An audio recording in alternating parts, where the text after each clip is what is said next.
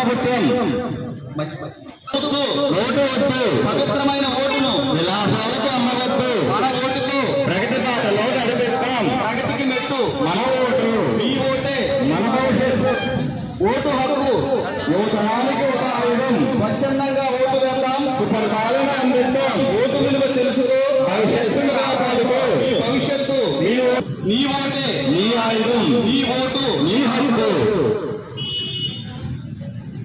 అందరూ కుడిచి చేద్దామప్పుడు ఓటర్ల ప్రతిజ్ఞ.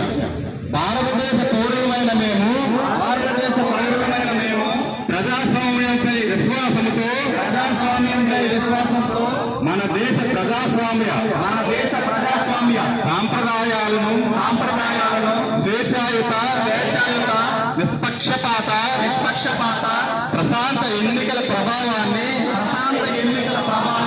నిలబెడతామని మతం జాతి కులం వర్గం భాష లేదా ఎటువంటి ఒత్తిడులకు ప్రభావితం కాకుండా ప్రతి ఎన్నికలలో నిర్భయంగా ఓటు వేస్తానని ఇందు మూలంగా ప్రతిజ్ఞ చేస్తున్నాను. మీరు ప్రచారం చేయాలి. ముఖ్యంగా ప్రతి ఒక్కరు కూడా ఏ వ్యక్తి నిర్లక్ష్యంగా ఇంటికాడ ఉండకుండా పోలింగ్ లో పార్టిసిపేట్ చేసే ప్రధాన పాత్ర ఈ స్వీప్ తాలూకా లక్ష్యం. మనం అంత కష్టపడి తిరుగుతున్నామని ఇవన్నీ తిరిగి చేస్తున్న ర్యాలీలు చేస్తున్నాం కానీ, ఫోటోలు తీస్తున్నాం కానీ, లేకపోతే రంగోలీ చేస్తున్నాం కానీ, లేకపోతే ఇంకొక ఇతర కార్యక్రమాలు చేస్తున్నప్పుడు కానీ అందరూ కూడా పోలింగ్ పెరిగే విధానం కోసమే కృషి చేయడం కోసమే చేసింది.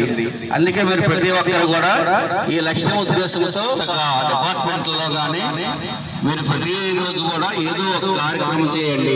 ఈ మున్సిపాలిటీలో అందరూ చేయవసరం లేదు. ఒక సచివాలయంలో ఒక రోజు చేస్తే ఇంకొక రోజు చేయడం. దీని ఉద్దేశం ఏంటంటే ప్రతి పోలింగ్ స్టేషన్ లో కూడా మనకి 95% నుండి 100% వరకు ఓటింగ్ జరిగే అవకాశం కావాలంటే వాళ్ళకి అవేర్నెస్ కావాలంటే మన అందరం కూడా ఎలక్షన్ కమిషన్ ఆఫ్ ఇండియా, జిల్లా కలెక్టర్, ఎన్నికల అధికారి ఆదేశాల ప్రకారం ప్రతిరోజు కూడా మనం ఈ కార్యక్రమం చేస్తుండాలి.